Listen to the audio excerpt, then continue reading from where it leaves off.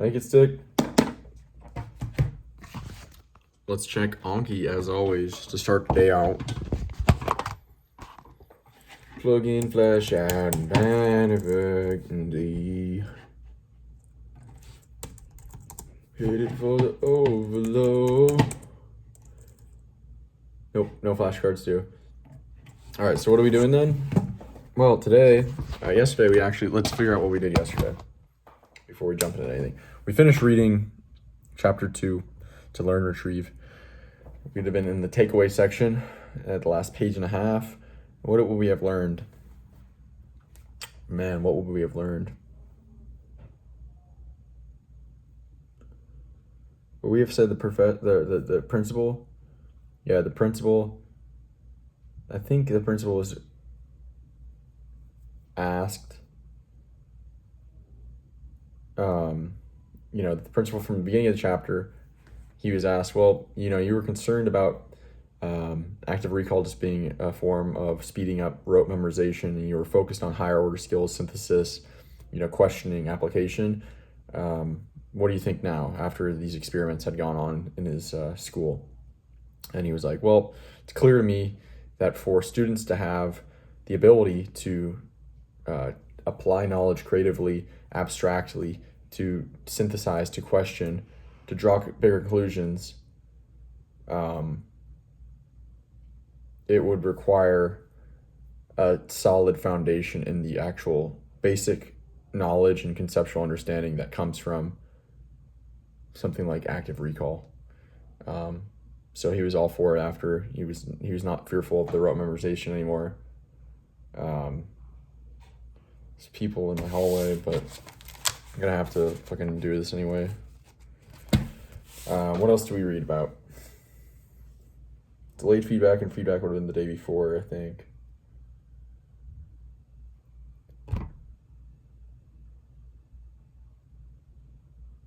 Why has this gotta happen today?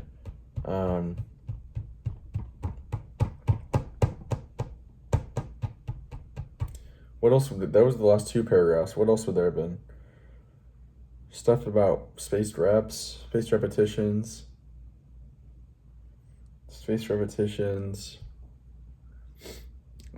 What else? What would have been in there?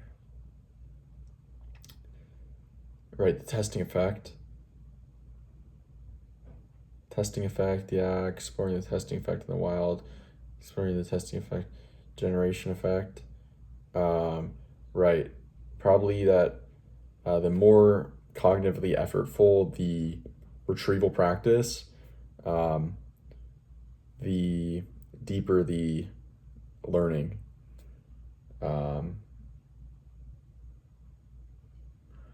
What else would have been there? I'm gonna have to just check, get a little bit of a cue. Okay, the principal was right.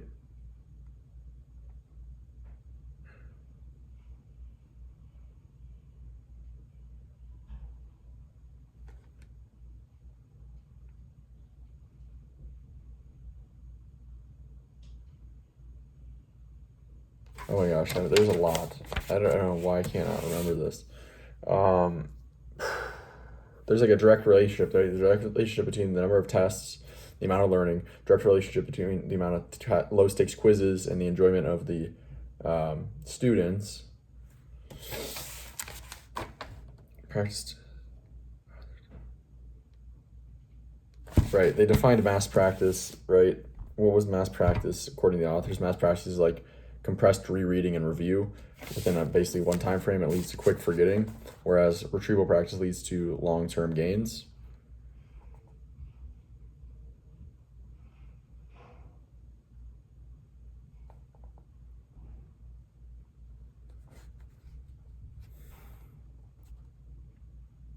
So, okay, man. So with every exam taken, or every quiz given, administered, every test administered in a class, the average final grade in that class increases, and there's a direct relationship. So the more exams you take in a class, the more low stakes quizzes, the more tests in general, the higher the average grade for the final exam will be. Yeah, you don't need to be quizzed in class. Anyone can practice retrieval outside of class. It requires more effort, but that's kind of why it also leads to better learning.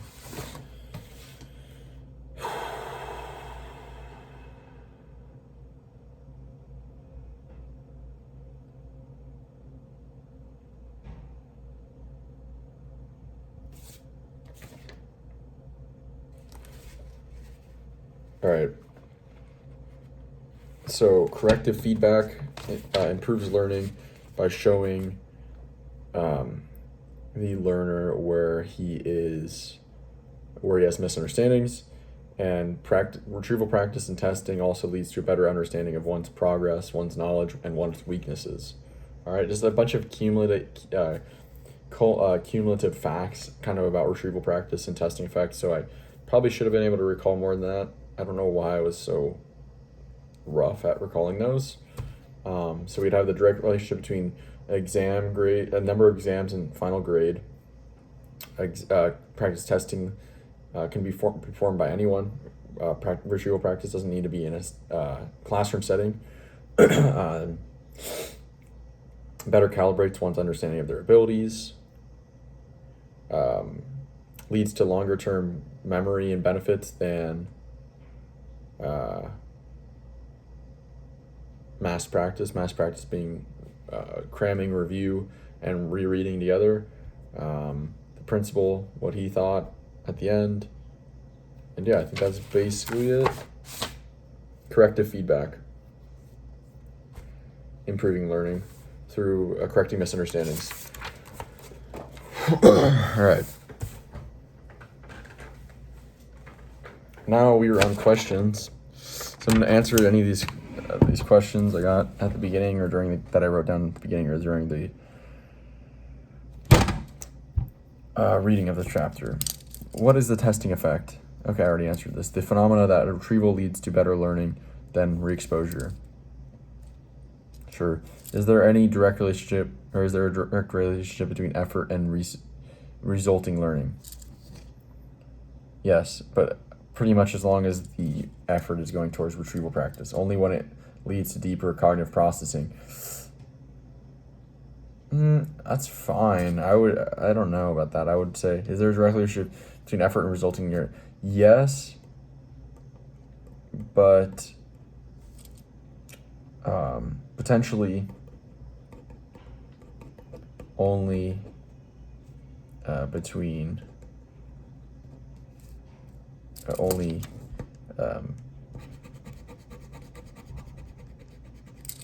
if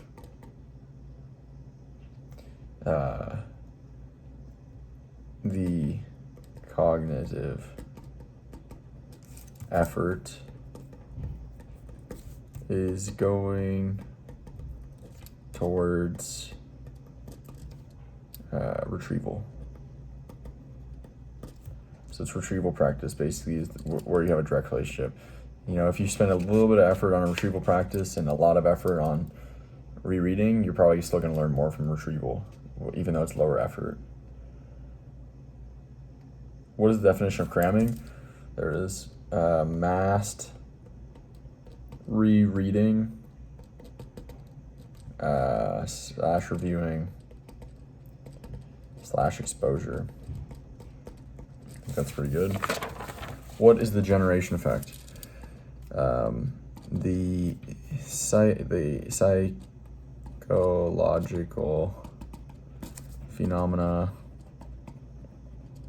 where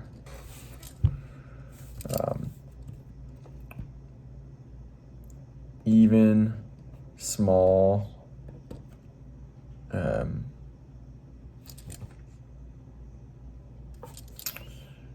amounts of creation / like filling in the blank lead to better / more learning. than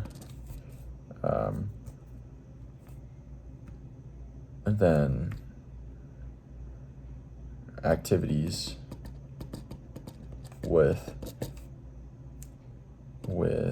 less creation / filling in the blank cognitively / making assumptions. I don't know. I'm going to delete that, I guess. Okay. Kind of having to find the pattern mentally on your own without it being given to you. All right, that's good enough for now. It's something. Now we're going to jump into ChatGPT and have ChatGPT give us a quiz to test our understanding of Chapter 2.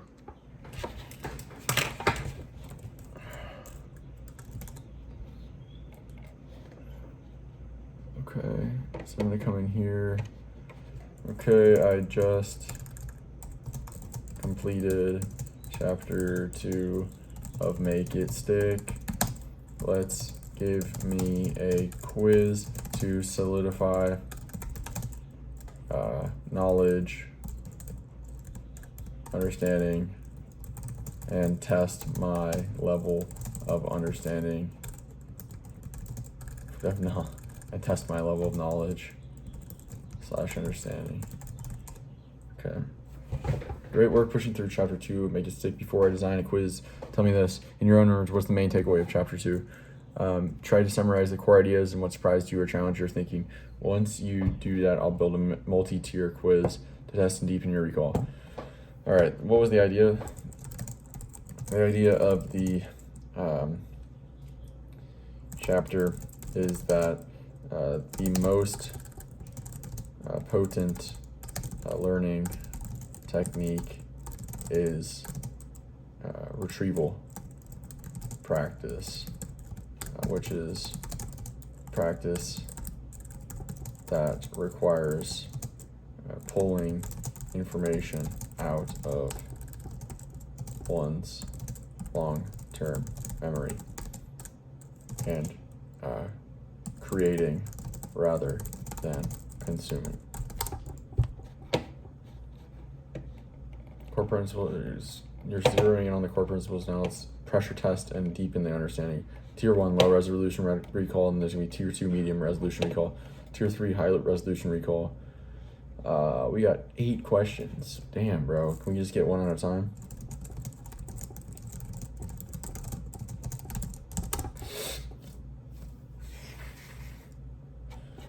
What's the key distinction between retrieval and review, and why does it matter for learning?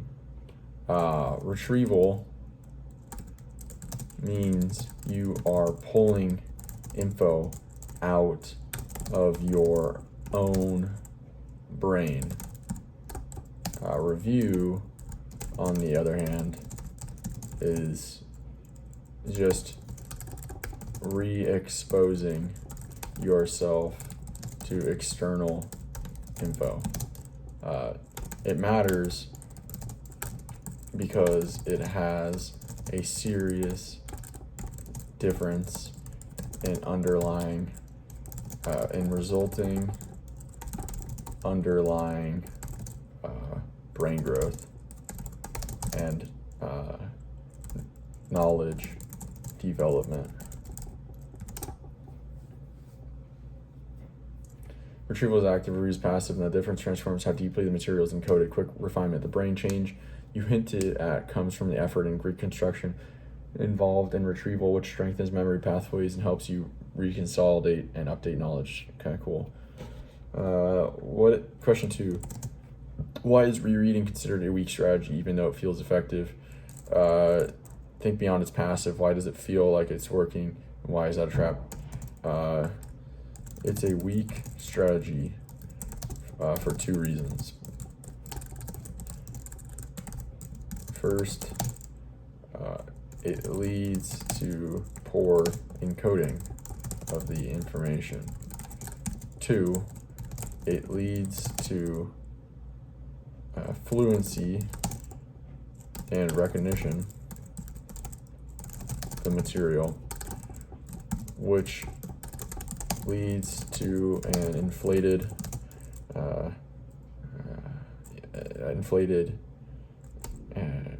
idea of one's abilities and knowledge of the subject and blinds him from his weaknesses. Excellent. That's a high resolution answer. You nailed both. Shallow encoding. Rereading doesn't force you to reconstruct or reorganize knowledge. Illusion to fluency. Recognizing familiar text tricks the brain into thinking it knows the material when it really doesn't, because recognition does not equal recall. This illusion is especially dangerous because it reduces the motivation to study more deeply. Tier 2. What role does effort play in retrieval practice, and how does it relate to memory strength? Use your own words. Try to and feel free to give an example. There is a direct relationship between amount of learning and the cognitive effort required for retrieval. The more effort of the recall retrieval, the more resulting learning. The authors note that this is true assuming the recall is successful, but I argue that it leads to more learning either way.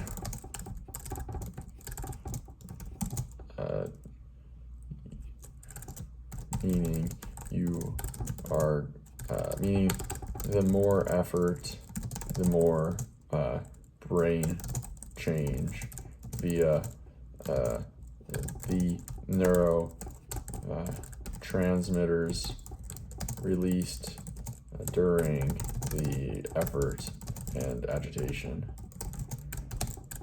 But that is beyond the scope of this question for now, as I'm trying to move through this exam. You're spot on with the effortful retrieval leads to deeper encoding. It's the desirable difficulty that makes learning stick. You're right, even unsuccessful retrieval attempts can prime the brain to absorb the correct answer better later. Your extension about neurotransmitters and agitation is speculative but insightful. It shows metacognitive curiosity. We'll bookmark that for a deeper dive later. It's not speculative, actually. It's actually straight from Huberman's teaching. So, why is spacing out retrieval more effective than mass practice, even if it feels harder? Spacing out retrieval is more effective because it is more effortful. I also think that each act of pulling out info from long-term memory into short-term memory is one of the reasons that this is more effective. The authors don't note this. This is my own takeaway, my own thinking. Massed practice, it leads to keeping the thing in short-term memory, which allows you to rapidly improve the short-term memory, but doesn't transfer back to long-term memory as the brain believes the task is complete. and deep change is not needed. That's a sophisticated later answer, and your reasoning is sharp. Here's a refined summary that integrates your ideas with the book. Spacing increases retrieval difficulty, forcing you to dig deeper, thus strengthening memory consolidation. That's the book's idea. Mass practice feels effective because you're still riding a wave of short-term memory, but it's a mirage. Your insight that repeated long-term memory to short-term memory transfer strengthens pathways is conceptually aligned with learning science, and even if the book doesn't spell it out. Also, your note about the believing the task is complete is a mass practice is powerful. That ties into how the brain economizes effort. It won't remodel circuits unless it perceives a need. All right, 5. How do illusions of knowing develop, and how can retrieval practice help prevent them? Illusions of knowing develop primarily from fluency that comes from exposure. If you expose yourself to something many times, you will think you know it well, but you only recognize that specific resource well, not the underlying ideas. This leads to thinking you've mastered the material, but far from it. How can retrieval practice help prevent them? Retrieval practice gives an accurate display of your actual knowledge and competency. Crystal clear explanation and perfect for a teenage audience. What is a teenage audience? What the hell is that? Is that a diss? Exposure creates fluency, and fluency feels like mastery, but fluency is context bound. You know that version, not the concept. Retrieval forces independent generation, revealing what you actually know, and more importantly, what you don't. This awareness is key for adaptive learning. It closes the gap between perceived understanding and actual understanding. You've now aced Tier 1 and Tier 2 so far. Now for Tier 3, application and synthesis. How much time we got? 2 minutes? Let's try to do one of these, I guess. Imagine you're designing a study for a study session for a friend. Oh, that's cool. What would a retrieval focus session look like compared to a traditional cram session? Structure it clearly, be practical and not theoretical. First, mind map all of the core ideas of the subject at hand. Second, try to explain each concept one at a time from memory. After this, go back and check if you missed anything one at a time. Mark the weaknesses, then recall from memory what you missed about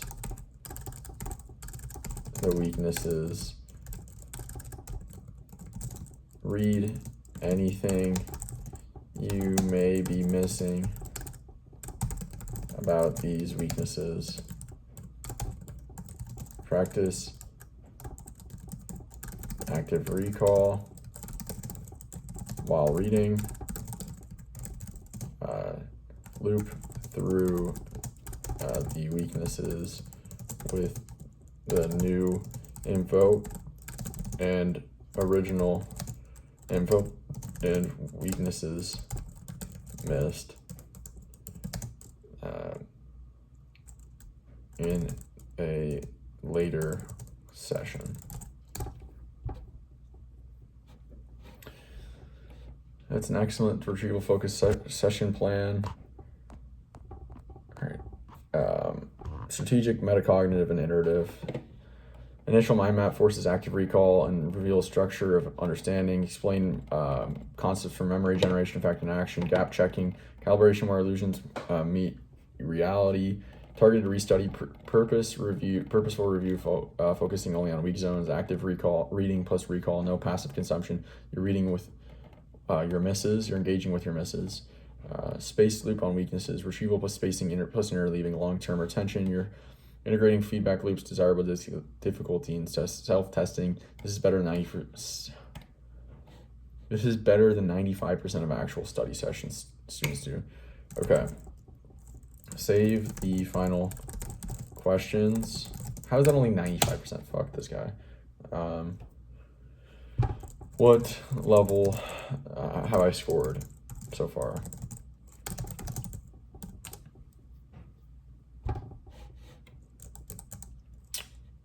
Three out of three. 3 out of 3. 1 for 1.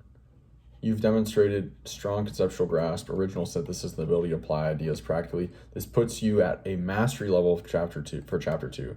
You're not just regurgitating ideas, someone just lit off a half stick. You're reconstructing, evaluating, and applying them. Ready to save or tier 3. Okay. There you go. That's it for today. I'll talk to you guys later. See ya.